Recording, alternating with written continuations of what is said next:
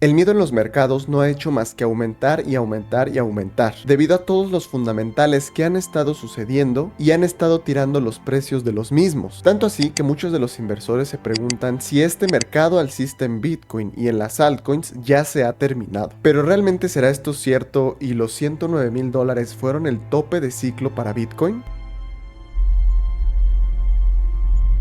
Para empezar a analizar todo esto, me gustaría empezar hablando acerca del papel fundamental que tiene el retail en el mercado. Y refiriéndome a retail como aquellas personas que invierten con un capital muy bajo, hablando de $1 millón para abajo. Bueno, pues en ciclos alcistas pasados, siempre hemos visto que este tipo de inversores han llegado en masa a comprar tanto Bitcoin como altcoins. Y de hecho, esa es una señal de tope de ciclo o de precios máximos históricos. El hecho de que mucha gente que no estuviera metida en este sector de pronto se interesó en él y comenzó a invertir dinero ahí, lo que provoca que los precios aumenten todavía más y se genere mucho más FOMO para que cada vez más gente entre y se hace un círculo virtuoso, el cual lleva a los precios de los activos a máximos históricos. Pero como podemos ver, esta señal de alarma de que ya estamos en el tope de ciclo no es que solamente no esté aún ahí, sino que está sucediendo todo lo contrario. Las tenencias del mercado retail han llegado a alcanzar nuevos mínimos, es decir, que a esas personas que aún no están enteradas de este mundo cripto, sigue sin interesarles y no han entrado a invertir. Y no solamente eso, sino que también tenemos a los inversores de largo plazo, que también podríamos traducirlo a las ballenas, o sea, las que invierten unos capitales enormes en Bitcoin y en las altcoins, acumulando cada vez más y más, incluso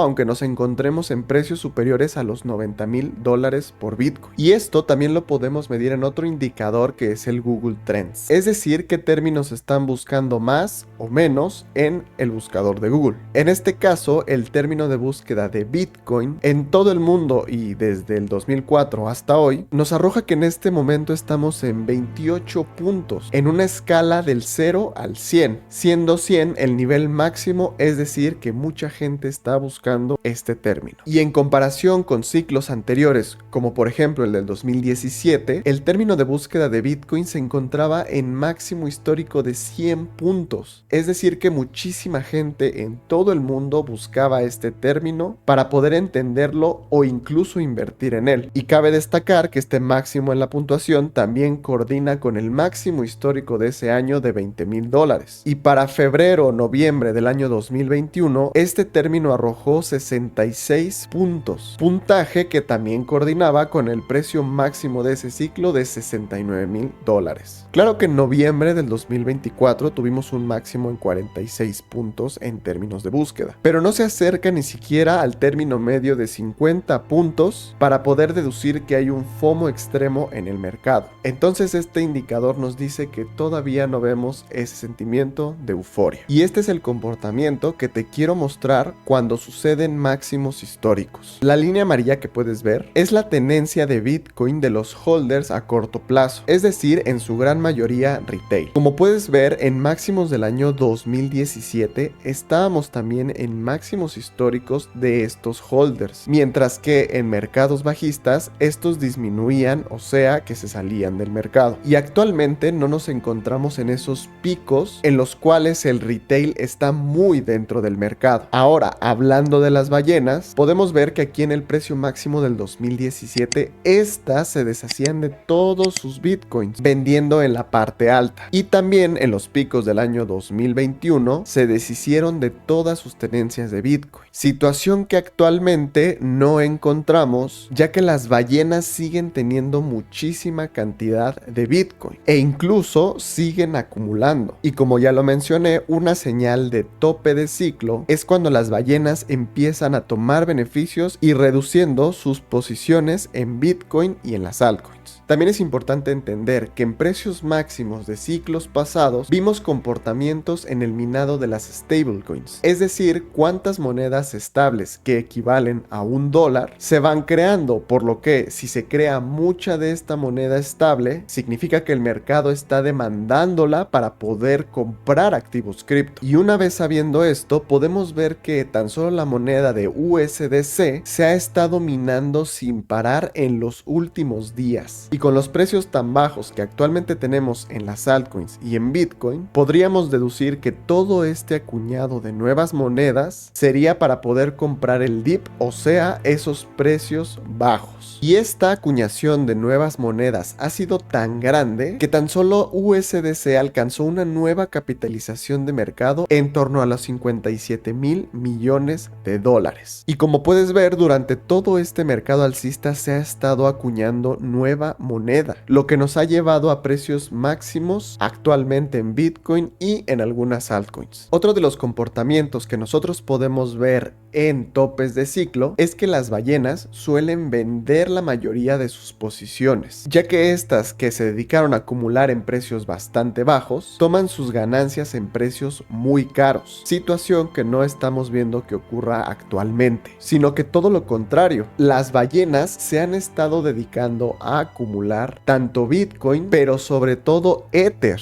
Por ejemplo, esta ballena que vemos ha estado comprando más de 40,000 Ether, y estas compras las ha hecho en un precio aproximado de $2,500 por moneda. Y en este otro gráfico que nos indica cómo van aumentando las tenencias de Ether en las carteras que poseen más de 10,000 monedas, observamos que desde el 1 de febrero aproximadamente, estas carteras han ido en crecimiento, llegando hasta ser 963 de estas. Estamos hablando de carteras que poseen más de 26 millones de dólares solo en Ether. Y como último dato, tenemos este gráfico que nos muestra la demanda del mercado retail en los últimos 30 días. Y es muy curioso porque nos encontramos en un nivel tan bajo de inversores retail que no lo habíamos visto desde la caída a los $30,000 del ciclo del año 2021, antes de volver a ser un nuevo pico a los $69,000. Estamos hablando que ni siquiera con la caída de FTX en el año 2022 veíamos tan poco interés por el mercado retail de entrar a invertir en este sector. Y aquí tenemos un ejemplo que cuando Bitcoin llegó a los $100,000 de precio, el retail estaba sumamente interesado en este. También cuando superamos máximos en los 74,000, en los máximos de 69,000, pero siempre hemos visto a un retail interesado en máximos históricos, cosa que no estamos viendo actualmente. También este ciclo estamos teniendo un factor bastante diferente a ciclos anteriores, el cual nos puede dar un nuevo indicador de si estamos o no en máximos históricos de ciclo, aunque esto hay que tomarlo un poco con pinzas debido a que no tenemos certeza de si sea o no ese indicador. Y estamos hablando de los ETF de Bitcoin al contado, ETFs por los cuales se ha mostrado muchísimo interés por parte del inversor tradicional, ya que tan solo el día de hoy el ETF de Bitcoin de BlackRock con el ticker EBIT ha sido el sexto ETF con mayor volumen. Y no solamente eso, sino que incluso en días en donde el rendimiento de Bitcoin es negativo, en total los ETFs han acumulado más Bitcoin, teniendo desde el 15 de enero hasta el 5 de febrero únicamente 2 días donde hubo salidas en estos ETF. Y los demás días han sido positivos, incluso llegando a comprar hasta $1 billón. Y esto no casa mucho con que estemos viendo topes de ciclo en el precio, debido a que, de ser así, toda esta gente que está comprando los ETFs de Bitcoin estarían quedando atrapados en el próximo mercado bajista. Y cabe resaltar que BlackRock es uno de esos ETFs, el cual cuando es un día negativo para Bitcoin, se dedica a comprar cada vez más Bitcoin, o en todo caso se queda en cero, ni compras netas ni ventas netas. Y en gran parte ha sido el que ha salvado todos estos días en verde, ya que los demás ETFs sí se dedican a vender cuando hay números rojos. Y repito, hay que tomar estos datos de los ETF con pinzas hasta que no veamos un ciclo completo de cómo se comportan y poder sacar conclusiones para ciclos futuros. Pero por mientras podemos deducir que estos ETFs no se han dedicado a distribuir ese Bitcoin, es decir, a tomar ganancias. Y para concluir, es verdad que cuando los mercados están cayendo, comienza a salir el miedo en los inversores, y es muy sencillo dejarse llevar por este miedo o incluso contagiarse de él. Pero en momentos como estos, cuando existe la incertidumbre, debemos de comenzar a analizar los datos que hay, esas pequeñas alertas que nos pueden decir si estamos de verdad en máximos históricos y sacar conclusiones con base en ellos. En este caso podríamos decir que no nos encontramos en máximos de ciclo, sino que aún hay mucho ruido en el mercado debido a todos los fundamentales que están sucediendo. Y también observando a los movimientos de los grandes inversores, podemos ver que ellos no tienen miedo en el mercado, sino que están acumulando cada vez más aprovechando estas caídas. Y a la mayoría de esos inversores son a los que nosotros debemos de seguirles la pista, ya que ellos también son indicadores de si estamos o no en máximos de ciclo. Muchísimas gracias por ver este video. Te invito a dejarle un like si te aportó algo, que te suscribas aquí al canal de Encriptados y me dejes un comentario sobre qué opinas. ¿Crees que ya vimos máximos de ciclo o que todavía le falta recorrido al alza? Nos vemos en la próxima.